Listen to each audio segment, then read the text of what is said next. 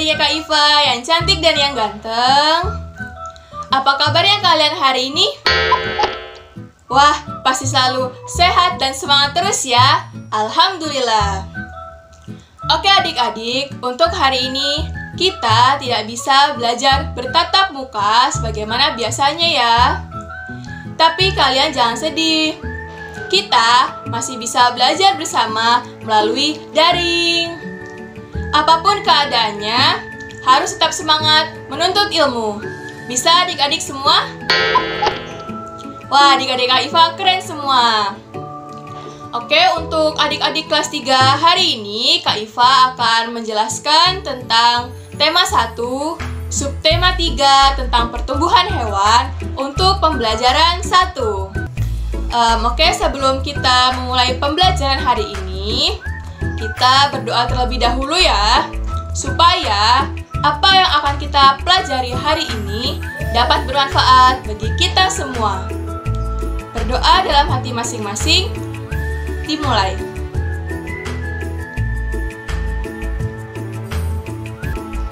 Amin ya robbal alamin.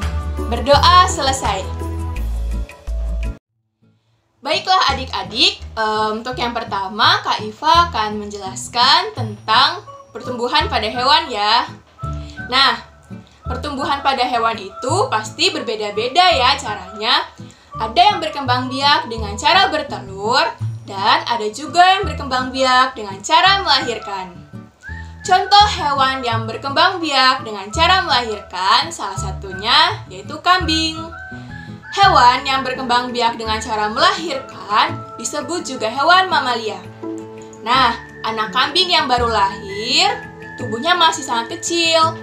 Tubuh anak kambing juga masih lemah ya, dan gerakannya pun masih lambat. Karena organ tubuhnya belum kuat untuk melakukan berbagai aktivitas.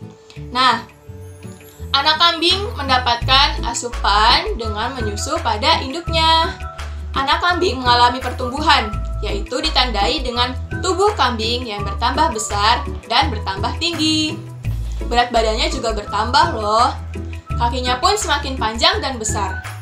Gerakannya bertambah lincah dan cepat, karena organ tubuhnya sudah dapat berfungsi secara sempurna dan kuat untuk melakukan aktivitas. Nah, untuk kambing jantan itu memiliki sepasang tanduk. Gunanya untuk membela diri. Nah, adik-adik, tumbuh dan berkembang merupakan ciri-ciri dari makhluk hidup. Adapun ciri-ciri makhluk hidup yang lain yaitu membutuhkan makanan dan minuman, bernafas, bergerak, dan peka terhadap rangsangan. Makhluk hidup membutuhkan makan dan minum sebagai energi untuk melakukan aktivitas. Seperti kita ini ya. Nah adik-adik, sebelum berangkat sekolah, diusahakan untuk sarapan terlebih dahulu ya, supaya kalian dapat menerima pembelajaran secara maksimal. Makhluk hidup juga bernafas loh. Bernafas adalah menghirup oksigen atau udara bersih melalui hidung dan mengeluarkan karbon dioksida atau udara kotor dari dalam tubuh. Ciri-ciri makhluk hidup selanjutnya yaitu bergerak. Alat gerak yang dimiliki oleh setiap makhluk hidup berbeda-beda ya. Nah, seperti kita ini nih, kita bergerak menggunakan kaki. Contohnya kalian, kalau ada yang berangkat sekolah berjalan kaki, nah itu kalian memiliki alat gerak yang bernama kaki. Nah, ciri-ciri selanjutnya yang dimiliki oleh makhluk hidup yaitu peka terhadap rangsangan. Rangsangan tersebut dapat berupa suara, cahaya, sentuhan fisik, aroma atau bau, dan suhu. Misal contohnya suara ya. Ketika kalian mendengarkan suara musik yang terlalu keras, pasti kalian akan menutup telinga kalian kan? Karena kalian merasa keberisikan, suaranya terlalu keras. Nah, selain itu ada cahaya. Contohnya kalian berada di luar rumah dan kalian melihat terik matahari secara langsung, pasti kalian akan menutup mata kan ya. Nah, itu dia karena kalian merasa kesilauan. Setelah itu, ada sentuhan fisik. Apabila kalian dipukul, pasti kalian merasakan sakit kan? Nah, itu dia. Selain itu juga ada aroma atau bau. Apabila kalian mencium masakan ibu kalian, pasti kalian akan merasa lapar kan? Karena aromanya itu sedap. Terakhir ada suhu. Contohnya apabila sedang musim hujan, pasti kalian akan merasa kedinginan kan? Karena suhu tersebut sedang turun. Jadi lingkungannya sedang dingin ya. Nah, itu tadi ciri-ciri makhluk hidup ya adik-adik. Oke adik-adik, tadi kan kita bahas tentang hewan mamalia ya, pertumbuhan kambing. Nah, selain hewan mamalia, ada juga yang disebut hewan unggas, yaitu hewan yang berkembang biak dengan cara bertelur dan tubuhnya ditutupi oleh bulu. Nah, sebelah sini ada gambar burung ya adik-adik. Coba kalian perhatikan.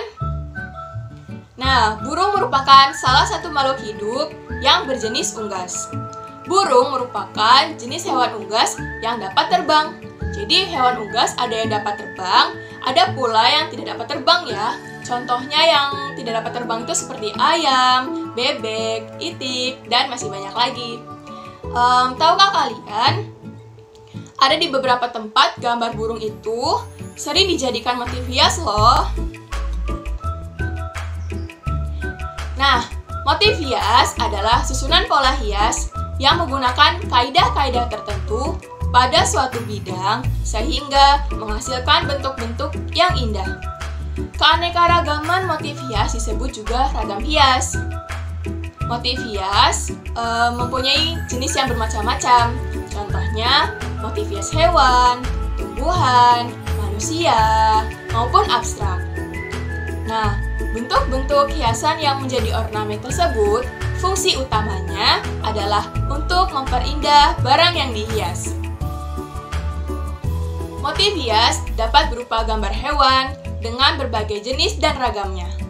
Motif hias yang berupa hewan banyak ditemukan pada ornamen-ornamen Nusantara, mulai dari hewan yang hidup di air, di darat, dan di udara. Jenis-jenis hewan itu merupakan satwa yang ditemui di daerah yang sesuai dengan daerah asalnya masing-masing. Misalnya burung jalak Bali. Nah, burung jalak Bali itu ditemukan di daerah Bali. Burung cendrawasih dari Papua dan masih banyak lagi. Ornamen motif hewan banyak diterapkan untuk menghiasi benda-benda atau peralatan yang terbuat dari kayu, perunggu, emas dan perak, kain tenun, kain sulaman, dan kain batik. Motif hias di samping sangat indah, juga berguna untuk mengidentifikasi motif hias. Tapi sebelumnya juga perlu memperhatikan dan mempelajari unsur-unsurnya. Nah, unsur-unsur tersebut antara lain ada garis dan warna. Nah, garis merupakan kumpulan dari titik-titik yang berangkai. Jadi, apabila kalian membuat titik-titik secara berurutan dan berangkai, bisa disatukan menjadi garis. Nah, garis ada namanya garis lengkung, gelombang, patah-patah, dan putus-putus. Nah, selain itu, warna juga memberikan kesan jauh dekat, panas atau hangat, sedih atau ceria. Jadi, setiap warna memiliki kesannya masing-masing ya adik-adik. Contohnya warna merah. Warna merah memberikan kesan berani. Dan warna putih memberikan kesan suci. Adapun warna-warna pokok itu ada 3 ya. Ada warna merah, biru, dan kuning. Nah adik-adik, tadi kan kita belajar tentang hewan ya. Jadi, ada beberapa hewan yang bisa diternakan. Pernahkah adik-adik melihat sebuah peternakan? Oke, peternakan adalah usaha yang dilakukan oleh seseorang untuk mengembangbiakan hewan. Mengembangbiakan itu sama artinya dengan membuatnya bertambah banyak. Nah, hewan yang sering diternakan itu antara lain ada ayam, bebek, sapi, kambing, dan masih banyak lagi ya. Oke, sekarang Kak Iva punya gambar nih.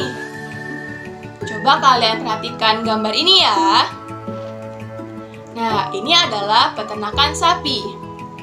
Coba adik-adik hitung jumlah sapi yang ada di kedua kandang tersebut. Nah, pada gambar kandang pertama ada 9 sapi ya. Untuk kandang yang kedua juga ada 9 sapi. Jadi, apabila kita menggunakan penjumlahan 9 ditambah 9 sama dengan 18. Jadi ada 18 sapi ya dalam dua kandang tersebut. Nah, selain itu kita juga dapat menggunakan cara perkalian. Jadi, kandangnya kan ada 2. Setiap kandang ada 9 sapi. Jadi, 2 dikali 9 sama dengan 18. Sama kan hasilnya dengan penjumlahan tadi? Nah, jadi perkalian dan penjumlahan berulang dari bilangan yang sama. Nah, adik-adik, perkalian juga dapat dilakukan dengan cara bersusun loh. Nih, misal Kak Iva punya soal ya, 15 dikali 4. Caranya adalah kita tulis angka 15, 1 dan 5. Nah, dikali 4 kan, 4-nya kalian tulis di bawah 5. Jadi tempatnya di paling kanan ya. Terus kalian beri garis dan kalian beri tanda kali. Oke, 5 kali 4 kan 20. Kalian tulis di bawahnya. Jadi 20 itu diperoleh dari perkalian 4 dikali 5. Oke, nah setelah itu 1 dikali 4 sama dengan 4. Kalian tulis di bawahnya 2 ya. Nah, jadi 1 kali 4 sama dengan 4. Kita beri garis lagi. Diberi tanda penjumlahan, tanda tambah itu ya. Nah, 0-nya turun. 2 ditambah 4 sama dengan 6. Jadi, 15 dikali 4 sama dengan 60. Nah, adapun soal lain, 11 dikali 5. Kita coba kerjakan dengan cara seperti yang tadi ya. Jadi, 11 ditulis 1 dan 1 dikali 5.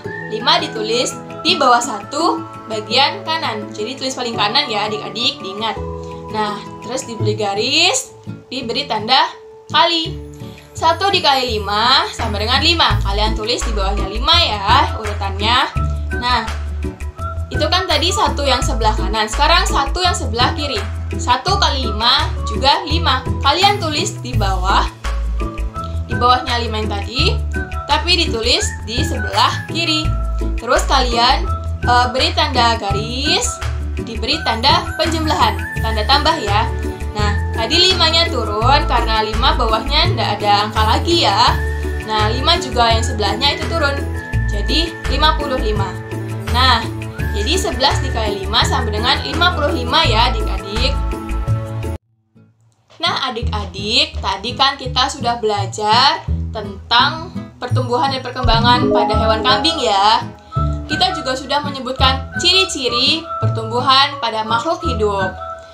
Selain itu, kita juga sudah belajar tentang motif hias dan unsur-unsurnya. Kita juga sudah belajar tentang menghitung hewan yang ada di peternakan kan. Nah, untuk hari ini pembelajarannya sudah selesai untuk tema 1. Nah, untuk mengakhiri pembelajaran pada hari ini, sebelumnya marilah kita berdoa supaya apa yang kita pelajari pada hari ini tadi dapat bermanfaat bagi kita semua. Berdoa dalam hati masing-masing, dimulai. Amin ya robbal alamin. Berdoa selesai. Baiklah adik-adik semua, sekian dari apa yang bisa Kak Iva sampaikan. Semoga bermanfaat bagi adik-adik semua ya. Tetap jaga kesehatan dan semangat menuntut ilmu. Wassalamualaikum warahmatullahi wabarakatuh.